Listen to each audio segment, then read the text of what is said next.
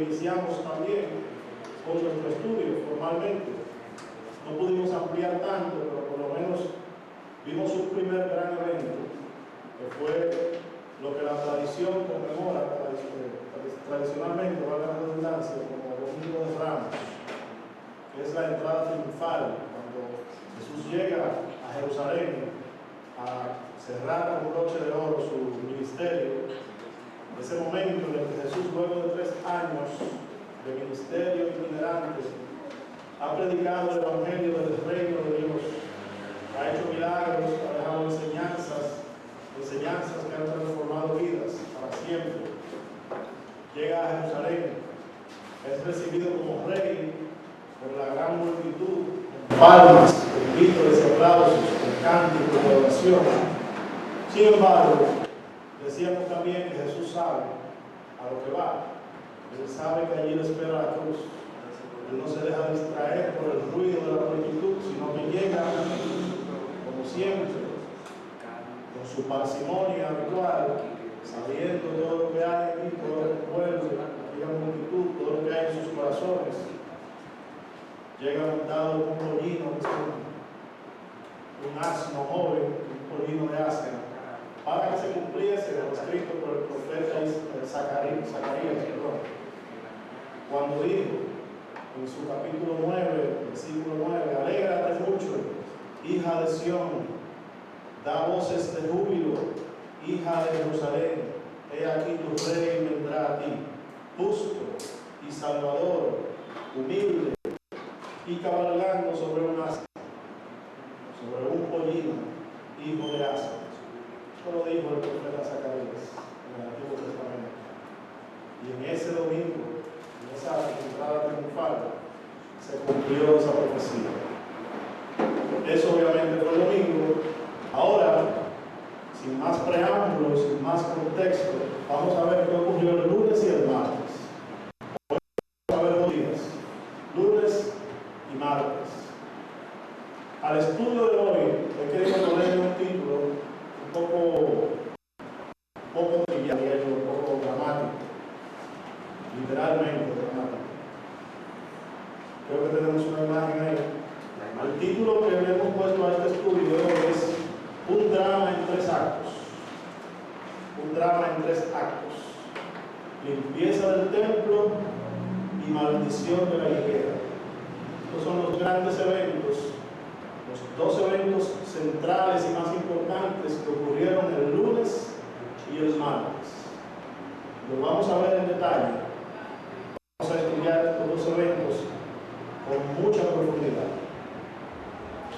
En el teatro, en el arte en sentido general, el arte narrativo, en la literatura, en el cine, en los guiones de cine, pero especialmente en el teatro, en la teoría del teatro, se pueden dividir las obras en 3 actos. Digamos que el teatro ha sido así. Y esos 3 actos, por lo general, se conocen con nombres de preparación, confrontación y resolución o desenlace. Aunque lo que vamos a ver hoy no es ficción, no es una obra teatral, no es una novela, no es una película, no es un guión de una película, sino que son historias reales que ocurrieron y están registradas en la Biblia. Sin embargo, vamos a hacer una analogía entre estos hechos que vamos a estudiar hoy y los 3 actos de una obra, porque el evangelista Marcos, que es muy sistemático en la forma de narrar, su evangelio es breve, pero su estructura es sumamente interesante. El evangelista Marcos nos presenta esta narración como si fuese una obra de 3 actos: preparación o planteamiento, confrontación o nudo argumental y, por último, una resolución o desenlace.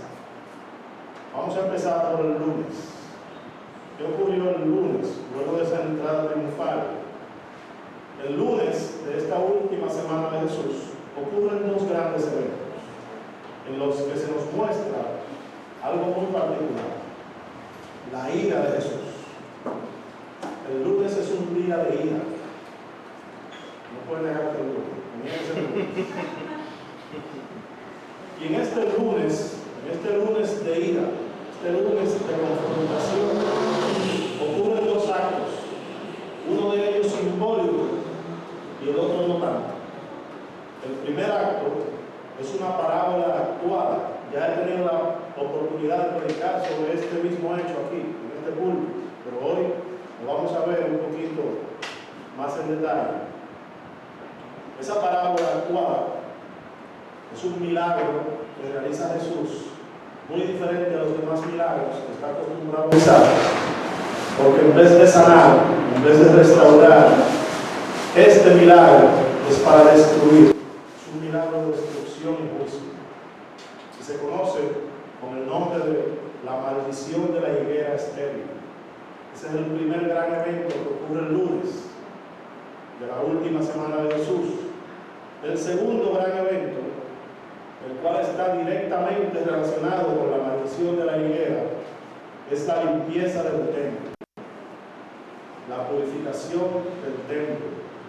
Un acto donde Jesús pone de manifiesto su ira santa, una ira justificada. La ira por sí misma, la ira en sí misma no es un pecado. Si no, Dios fuera un pecador, y sabemos que no lo es, porque Dios es capaz de sentir ira. Es el objeto en el cual depositas tu ira, lo que hace que se convierta o no en una ira pecaminosa. Entonces, estos son los dos grandes eventos que vamos a ver. A esta primera parte he llamado preparación, haciendo una analogía de los tres actos de una obra. Primer acto, preparación, la maldición de la higuera estéril. Le voy a pedir que me acompañen al Evangelio de Marcos en su capítulo 11. Evangelio de Marcos, capítulo 11, y vamos a leer a partir del versículo 12, en esta ocasión hasta el 14, luego seguiremos leyendo. Pero vamos a empezar leyendo del 12 al 14. Marcos 11, del 12 al 14. Dice así la palabra de Dios a través de su siervo, el evangelista Marcos, discípulo de Pedro. Al día siguiente, cuando salieron de Betania, tuvo hambre. Está hablando de Jesús aquí. Tuvo hambre. Y viendo de lejos una higuera que tenía hojas, fue a ver si tal vez hallaba en ella algo. Pero cuando llegó a ella, nada halló sino hojas, pues no era tiempo de higos.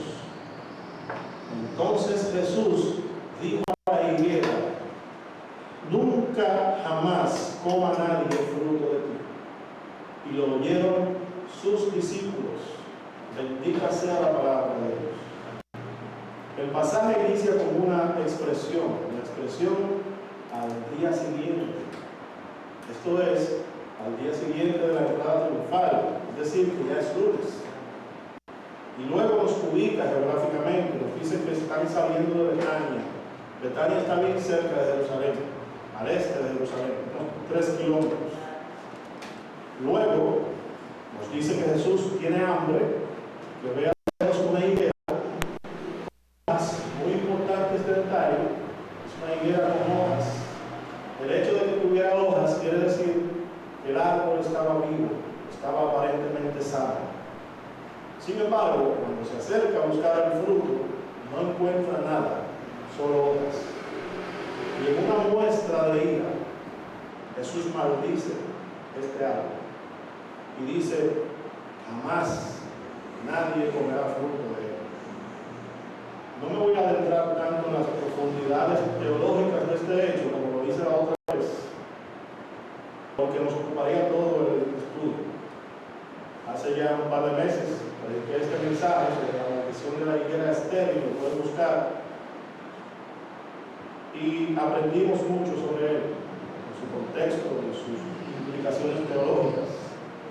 Bien, en el versículo 13 nos dice que Jesús se acercó a la higuera a ver si encontraba algo. acercó a la higuera a ver si encontraba higos, que sería lo normal. Es una higuera, es un árbol que da higos. No, nos dice que se acercó a ver si encontraba algo. Y la palabra algo, como sabemos, es un pronombre indefinido. Algo puede ser cualquier cosa. Lo lógico habría sido decir higos, pero no. El evangelista aquí no nos especifica el fruto. Este pronombre indefinido se utiliza por una razón muy específica. Esta higuera, este tipo de higuera, se llama higuera refloreciente o higuera brevera. Es un tipo de higuera que produce dos tipos de frutos. Higos, obviamente, y ahí viene el nombre, higuera, durante el tiempo de higos, es decir, el tiempo normal en donde se supone que esta planta debe producir higos, así lo hace, pero resulta que el pasaje nos dice que no era tiempo de higos, y él se acercó a buscar algo, es decir, él sabía que si el árbol tenía un fruto, no sería higos. Vamos a ver qué. Durante el invierno, estos árboles producen brevas, de ahí el nombre de higuera brevera. Las brevas son inflorescencias, son frutos que no llegaron a desarrollarse. Podemos decir que es el estado intermedio entre la flor y el fruto. Ya no es una flor, pero todavía no es un fruto. Esa inflorescencia, ese fruto no totalmente desarrollado de este tipo de higueras es comestible y se produce en el invierno, se queda ahí, la planta no cae y la gente se lo comía. En esa época del año, en la época del año que está transcurriendo este hecho, que es aproximadamente en la que nos encontramos ahora, no había higos, no era tiempo de higos, pero sí era tiempo de brevas. Por eso Jesús se acercó y manifestó su ira al ver que no tenía brevas, no higos. Es importante aclarar esto, mis hermanos, porque a simple vista se puede ver la reacción de Jesús como injustificada, como desproporcionada, porque Él da una muestra de ira por el hecho de que el árbol no tiene frutos, cuando claramente vemos que no es tiempo de ese fruto. Pero esta explicación que les acabo de dar es para que tengan esa herramienta de defensa, porque los críticos de la Biblia y los enemigos de la iglesia utilizan mucho este argumento para atacar a la persona de Cristo. Dicen que aquello fue una muestra de ira irracional. Bueno, pues ya sabemos cómo fue. Lo que hace Jesús aquí, mis hermanos, es una parábola actuada. Hay parábolas verbales y hay parábolas actuadas. ¿Conocen la historia de Oseas? El profeta Oseas.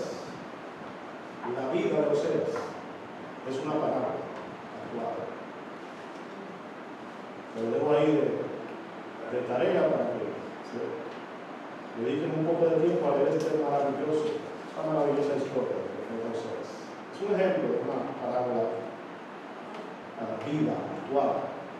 Bien, pues lo que hace Jesús aquí es una parábola actual. La higuera estéril representa a la nación de Israel, una nación escogida por Dios como su nación sacerdotal y que sin embargo no había dado frutos espirituales. Todo lo contrario, habían dado la espalda a la voluntad de Dios, estaban perdidos en la idolatría, estaban llenos de sí mismos. La maldición de esta higuera sin fruto es un acto profético, un juicio de Jesús sobre esta nación ingrata y desobediente. Este acto simbólico de Jesús abre el telón para el siguiente evento, otra muestra de ira santa, de Cristo. Y este evento no es otro que la purificación del templo. Este vendría a ser el segundo acto de esta obra, la confrontación. Y miren que le queda muy bien la analogía, porque esto es literalmente una confrontación que vamos a ver. A partir del versículo 15, en el mismo capítulo 11 de Marcos, todavía es lunes aquí, vamos a leer hasta el 19. Dice: vinieron pues a Jerusalén, y entrando Jesús en el templo, comenzó a echar fuera a los que vendían y compraban en el templo, y volcó las mesas de los cambistas, subrayar la palabra cambistas, y las sillas de los que vendían palomas, y no consentía que nadie atravesase el templo llevando utensilio alguno, y les enseñaba diciendo: ¿no está escrito, mi casa será llamada casa de oración para todas las naciones? Mas vosotros la habéis hecho cueva de ladrones. Y lo oyeron los escribas y los principales sacerdotes, y buscaban cómo matarle, porque le tenían miedo, por cuanto todo el pueblo estaba admirado de su doctrina. Pero al llegar a la noche, Jesús salió de la ciudad. Jerusalén, hermanos, era la ciudad con mayor actividad económica en aquella época. Entre otras razones, porque allí estaba el templo de Jerusalén, que era el segundo templo. ¿Recuerdan? Eso fue parte del contexto. Segundo templo, construido en tiempos de Esdras y Nehemías. Luego de que el primero fue destruido por Nabucodonosor, Esdras y Nehemías lo reconstruyen, y luego Herodes el Grande lo remoza y lo hace más majestuoso. Ese templo está en Jerusalén, y ese es el escenario de esta situación que acabamos de leer. Como el templo estaba allí, que se supone que era un lugar de oración y de adoración, al haber mucha actividad, mucha gente, muchos visitantes, aquel se había convertido en un centro comercial, un centro de comercio. En el pasaje que acabamos de leer, vemos algunas de las actividades comerciales. Había muchas más, pero el texto enfatiza dos de ellas. Por ejemplo, vemos, entre otras cosas, que nos habla de campistas. Por eso les dije que subrayaran esa palabra, la palabra campistas. Personas que se dedican a cambiar monedas. Una moneda de una nación por otra de otra nación. Eso existe incluso hoy en día. Las famosas casas de cambio. Campistas en el templo. ¿Pero por qué? ¿Por qué habría campistas en el templo? Bueno, vamos a ver un poquito más de contexto aquí. Necesario. La semana pasada, en la introducción, dijimos que el ministerio de Jesús ocurre durante una época de un gran imperio, ¿lo recuerdan? El imperio romano. Entonces, como la nación estaba bajo el dominio de este imperio romano, por ende, la moneda de circulación era la moneda romana, obviamente. ¿Recuerdan aquella escena? Denme una moneda. ¿De quién es esta cara? Del César. Denle al César lo que es del César, al Dios lo que es de Dios. Bueno, la moneda circulante era la moneda romana. Pero esto entonces generaba un problema. Porque los judíos tenían una situación muy peculiar. Esto también lo hablamos en el contexto. Muy importante, si no pudieron asistir la semana pasada, les invito a que lo vean. Hablamos de que los judíos tenían que pagar impuestos, ¿recuerdan esto? Y que tenían un sistema de impuesto doble, porque tenían que pagar impuestos a Roma y al templo. A Roma tenían que pagarle en moneda romana, moneda oficial, y al templo tenían que pagarle en moneda judía. Vamos a ver de dónde viene eso. ¿Por qué tenían que pagarle específicamente en moneda judía? Esto está en la ley de Moisés. Esto está establecido en la ley de Moisés. Vamos a ver brevemente. Vamos a Éxodo. Libro de Éxodo. Segundo libro de la Biblia. Capítulo 30. Éxodo 30. Me gustaría que todos lo busquen. Todo el que tenga su Biblia, búsquelo. Me imagino que la mayoría tiene la Reina Valera del 60. Recuerdo la semana pasada cuando les hablé de las diferentes traducciones de la Biblia. Les dije que en este estudio nos íbamos a apoyar en diferentes traducciones para una mejor comprensión. Bueno, pues llegó ese momento. Este es uno de esos momentos. Yo voy a leer de una traducción más moderna de la Biblia que se llama la Nueva Biblia de las Américas, mientras ustedes leen su Reina Valera del 60. Me imagino que esa que tiene ahí, la tengo física aquí también. Es bueno que la vayan leyendo para que entiendan, en la medida que yo leo esta versión, entiendan el por qué yo decidí leer esta versión más moderna. En este pasaje hay muchas expresiones técnicas, se mencionan unidades de medida de la época, monedas de la época. Y esta versión, esta traducción, nos actualiza esas expresiones para una mejor comprensión en la actualidad, para la redundancia. Dice, Éxodo 30, del 11 al 15, Nueva Biblia de las Américas. El Señor, donde dice Jehová, la Reina Valera, esta dice el Señor, es otro tema. El Señor habló también a Moisés y dijo, cuando hagas consenso de los israelitas para contarlos, cada uno dará al Señor un rescate por su persona cuando sean contados, para que no haya plaga entre ellos cuando los hayas contado. Esto dará todo el que sea contado, medio ciclo, y aquí esta versión dice entre paréntesis 5.7 gramos de plata. La suya no lo dice, ¿verdad?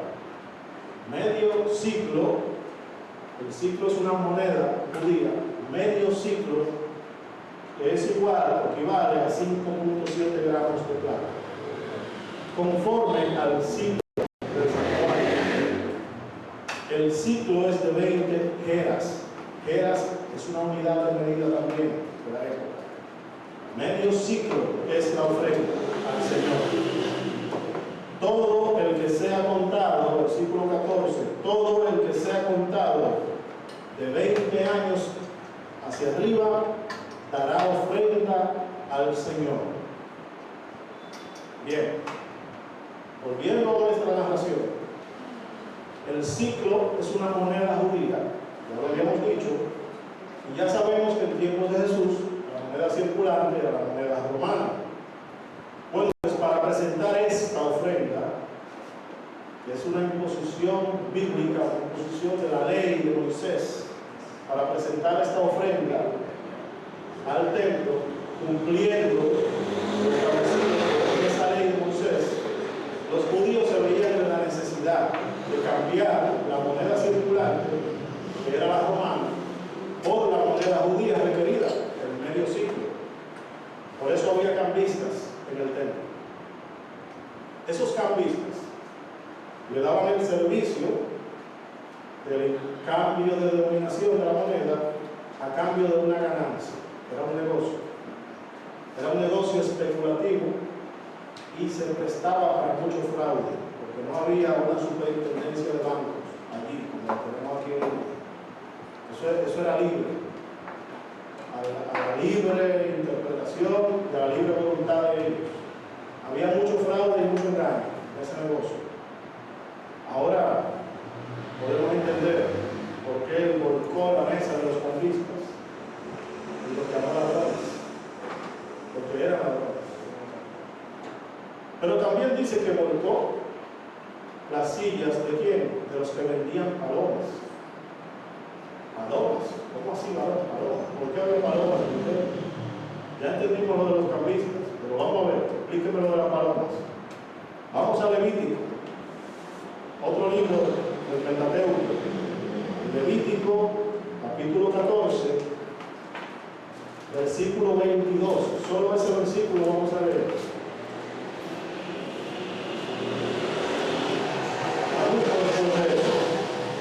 Levítico 14, y aquí yo voy a leer la Valera del 60, ni la Nueva Biblia de las Américas, voy a leer otra traducción diferente, que se llama la Nueva Traducción Viviente. Esto yo lo estoy haciendo deliberadamente, ustedes van a entender cuando yo empiece a leer. Este versículo habla de los sacrificios que debían ofrecerse para la expiación de los pecados. Estamos hablando del tiempo de Moisés. Dice así el versículo 22, Levítico 14.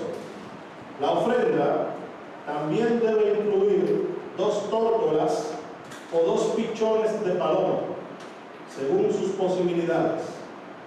Una de ellas deberá ser usada para la ofrenda por el pecado y la otra para la ofrenda quemada. Al templo, mis hermanos, venían personas de todas partes de la nación y también de fuera de la nación a ofrecer sus sacrificios y pagar sus tributos. Judíos de nacimiento venían desde donde estuviesen a cumplir con eso, con esa ley mosaica. Especialmente lo hacían en los tiempos en los que se celebraban las fiestas. Había muchas fiestas y en esos tiempos especialmente había mucho tráfico, mucha gente, mucho flujo de personas. Aquel se había convertido en un lugar turístico. Pero por un tema de logística, era muy difícil transportar animales desde ciudades lejanas, porque no solamente era para locos, también se sacrificaban otro tipo de animales, más grandes, más difíciles de transportar. Como se dificultaba el transporte de estos animales, era más fácil comprarlas allí, en las instalaciones o en los alrededores del templo. Esto provocaba una situación de oferta y demanda. Y los comerciantes, obviamente, aprovecharon esta situación para la especulación y para el fraude. La ira de Jesús se enciende cuando ve todo esto.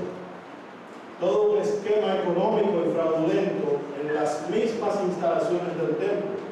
Es que eran tan descarados que ni siquiera lo hacían en las afueras, lo hacían dentro del templo. Y los que estaban detrás de eso, los cabecillas de aquella situación, eran los mismos líderes religiosos, especialmente los saduceos. Eran los que controlaban todo ese esquema de comercio, eran gente adinerada. Lo que Jesús hace allí es una muestra de su poder sobrenatural. Porque humanamente hablando, hermanos, había sido imposible para un hombre, de su propia fuerza, un simple hombre, enfrentar todo aquel esquema de comercio sin resultar herido o muerto. Imagínense un hombre que vaya allí al mercado un día cualquiera en la mañana y se pare enfrente ahí y diga: esto se acabó, no más venta de nada aquí. Yo creo que no termina de decir la última oración cuando le dan el primer golpe. Entonces imagínense ese esquema de comercio que era aún mayor, porque ahí había hasta ganado. Aquí no se vende animales, ahí había todo eso, campistas, de todo. Un solo hombre, pero sabemos que no era un hombre normal, era Dios encarnado.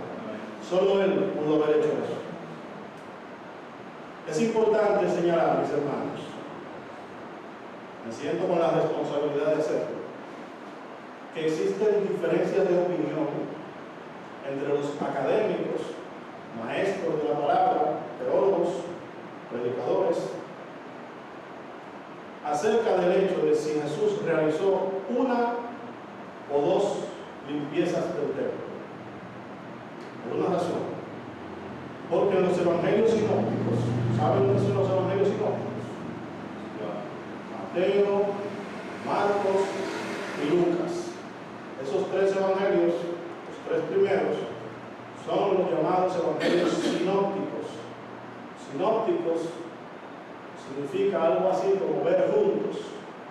Es decir, que si usted despliega esos 3 evangelios en una pared, usted puede leerlos de forma paralela, porque los eventos los van narrando prácticamente en la misma cronología, narra casi exactamente los mismos eventos, con una que otra pequeña diferencia. Pero Juan es un evangelio totalmente diferente. El evangelio de Juan, como siempre digo, es especial y es único en su clase. Por eso no es un evangelio sinóptico. En los evangelios sinópticos, Mateo, Marcos y Lucas, este hecho, la limpieza del templo, está narrado de forma paralela, es decir, los 3 coinciden casi exactamente en el contexto de la última semana de Jesús, que es lo que estamos estudiando ahora. Sin embargo, en el evangelio de Juan, y ya sabemos que es diferente y especial, aparece una limpieza del templo muy parecido a esto por parte de Jesús, pero no en la última semana de su ministerio, sino precisamente al inicio de su ministerio. Y eso está en el capítulo 2 del Evangelio de Juan. Se los dejo de tarea, los invito a que lo lean. Lean también las versiones o los pasajes paralelos de los 3 evangelios sinópticos en donde se habla de la limpieza del templo. Comparen los contextos, saquen sus conclusiones y no se sientan mal si se encuentran un hermano que tiene una opinión distinta a la de ustedes. Existen diferentes interpretaciones. No se sorprendan si un día ven un predicador invitado parado aquí hablándoles de la segunda limpieza del templo, de la segunda purificación del templo. No se sorprendan con eso, es normal. No vamos a entrar en detalles sobre este tema, es un tema bastante amplio, no tenemos el tiempo. Además, nos saldríamos de la temática del estudio.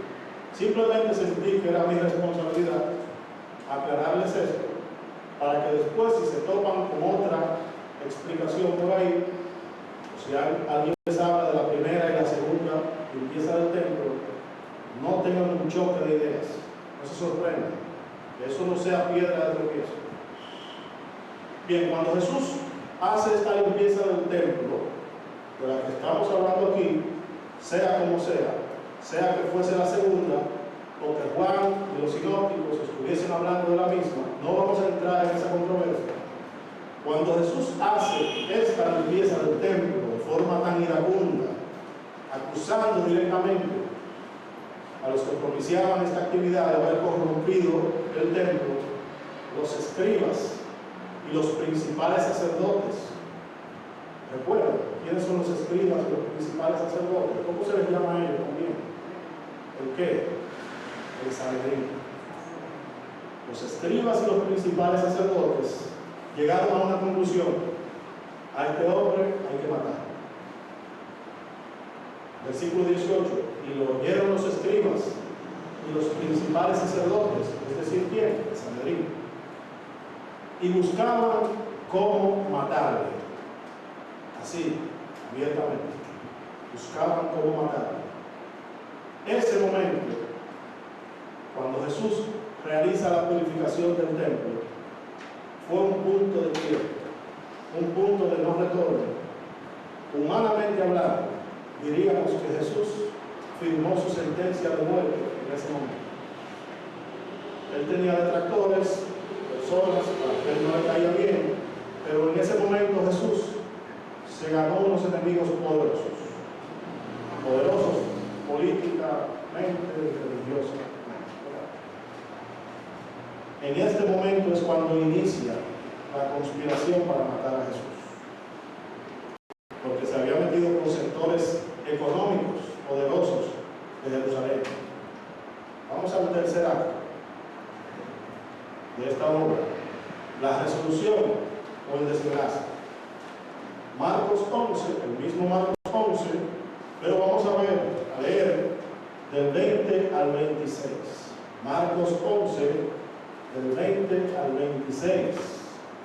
Aquí, mis hermanos, ya es martes. ¿Cómo lo sabemos? Bueno, en el versículo 20 dice, ¿qué dice? Y pasando por la mañana, ¿verdad? Quiere decir que ya amaneció, ya es el día siguiente, ya no es lunes. Y pasando por la mañana, vieron que la higuera se había secado desde las raíces. Entonces Pedro, acordándose, le dijo: Maestro, mira, la higuera que maldijiste se ha secado. Respondiéndole Jesús, les dijo: tened fe en Dios, porque de cierto os digo que cualquiera que dijere a este monte, quítate y échate al mar, y no dudare en su corazón, sino creyere que será hecho lo que dice, lo que diga, le será hecho. Por tanto, os digo que todo lo que pidiereis orando, creed que lo recibiréis y os vendrá. Y cuando estéis orando, perdonad si tenéis algo contra alguno, para que también vuestro Padre que está en los cielos os perdone a vosotros vuestras ofensas. Porque si vosotros no perdonáis, tampoco vuestro Padre que está en los cielos os perdonará vuestras ofensas. Bien, el pasaje inicia diciendo en el versículo 20, pasando por la mañana. Ya sabemos que es martes. Miren lo rápido que va. Estamos en el tercer día de esta última semana de Jesús. Y dicen que cuando pasaron, vieron que la higuera que Jesús había maldecido el día anterior se había secado desde las raíces. Esto sorprende a los discípulos. Como de costumbre, adivinen quién habló primero. Pedro se expresa. Pedro siempre dice lo que los demás están pensando y quizás no se atreven a decir. Maestro, mira, la higuera se ha secado. Curiosamente, Jesús aquí le responde a Pedro. Tenemos que ser muy observadores, mis hermanos, los detalles. Fijémonos en los detalles. Jesús le responde a Pedro, pero de una manera muy peculiar, porque Pedro le habla de la higuera. Pedro es muy específico, dice: Maestro, mira, la higuera se ha secado. Pero Jesús le responde hablándole de cosas que no tienen absolutamente nada que ver con la higuera. Y pensaríamos así a simple vista, pero lo está ignorando. ¿Será que lo está ignorando deliberadamente o qué? Bueno, pues no lo está ignorando. Lo que pasa es que, como les dije antes, todo aquello de la higuera, la maldición de la higuera, fue un acto simbólico, fue una parábola actuada, fue una profecía. Jesús estaba profetizando a través de este acto, de esta parábola actuada. Jesús se estaba expresando en ese momento en términos espirituales, términos proféticos, y lo estaba haciendo acerca de la nación de Israel que estaba representada allí en ese árbol, la higuera. La higuera representaba a Israel en esta profecía. Sin embargo, el comentario de Pedro fue sobre la higuera como tal, sobre el árbol. Fue un comentario superficial. La respuesta de Jesús a Pedro es una respuesta espiritual. No fue que lo ignoró y le habló de otra cosa. Él le habló de lo mismo, pero en su contexto. Jesús está enfocado. Jesús no desciende a lo terrenal. Él se queda en lo espiritual. Él no se queda en la superficie.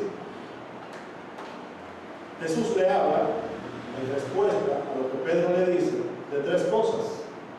Le habla de la fe, le habla de la oración y le habla del perdón. Le habla de la fe cuando dice, versículo 23, tener fe en Dios. Porque de cierto os digo que cualquiera que dijere a este monte, quítate y échate al mar, etc. Tener fe en Dios. Y luego le habla, en el versículo 24, le habla de la oración.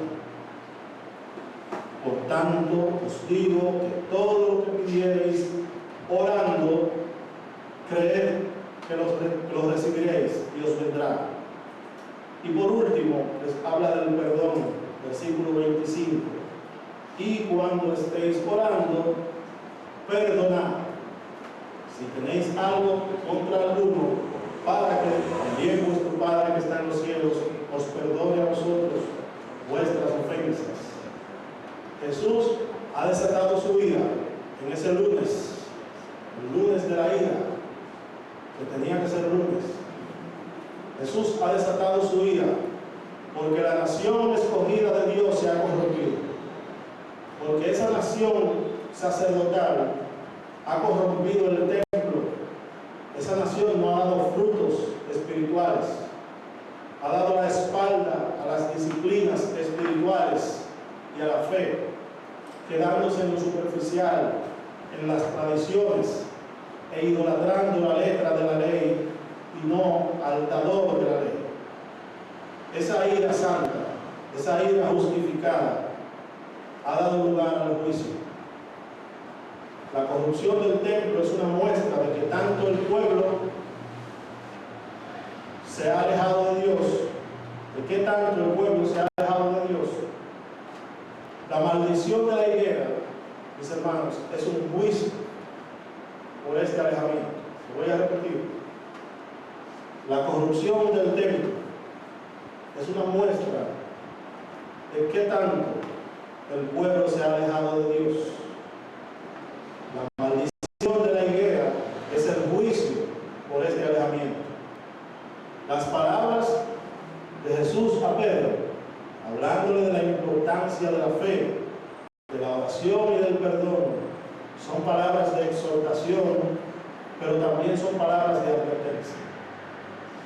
No son solo palabras de advertencia para Pedro y los demás discípulos, sino también para nosotros, la iglesia de Cristo.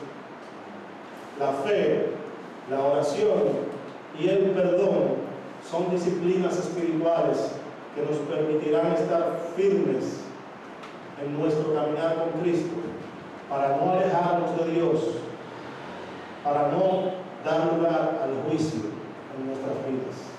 Vamos a orar. Señor, te damos gracias por tu palabra. Gracias por tu santo evangelio, este evangelio de salvación que ha sido predicado y que seguirá siendo predicado hasta el fin de los días. Gracias, Dios, porque nos has dado la oportunidad de conocerte a través de tu Hijo Jesucristo, de poder acceder a ti, Señor, porque tú nos has amado primero. Gracias, Señor, por esta ocasión, por este tiempo de estudio. Ayúdanos, Señor, a que lo que hemos aprendido esta noche sea de edificación, no solo para tu iglesia, sino para las vidas de nuestras familias, de las personas de nuestro entorno, para que podamos ayudarlos, Señor, a llegar hasta la cruz de Cristo y caer de rodillas. En el nombre de Jesús. Amén.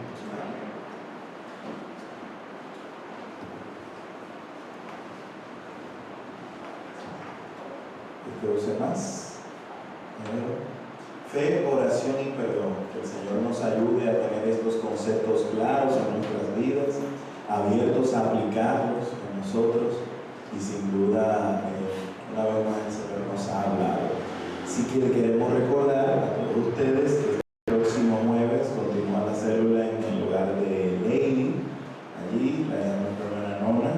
Así que los hermanos que estén abiertos se puedan apoyar. Recordar que este próximo sábado tenemos olímpicos y tenemos club bíblico y conexión. Así que no dejen de invitar a sus amigos, los jóvenes al club bíblico y los jóvenes más adultos a conexión, que vamos a tener un gran tiempo allá en el nombre de Jesús. Amén. Dicho esto, vamos a ponernos de pie. Les invito a ponernos de pie para nosotros en una oración final poder entonces partir a nuestros hogares. Padre bueno, que moras en los cielos, santificado sea tu nombre. A ti te damos las gracias porque tú eres bueno y porque para siempre es tu misericordia. Gracias por cada corazón, Señor, por cada miembro que tomó hoy el tiempo que tú le has permitido para venir a aprender de ti. Que todos estos aprendizajes los podamos llevar a nuestros corazones listos para para aplicarlos en nuestras vidas. Muchas gracias por el hermano Ever, sigue usando y dirigiendo, Señor, para los estudios subsiguientes. Ahora que vamos a nuestras casas, llévanos en paz. Por lo mérito de Cristo Jesús. Amén. Muy buenas noches, hermanos. Dios les bendiga.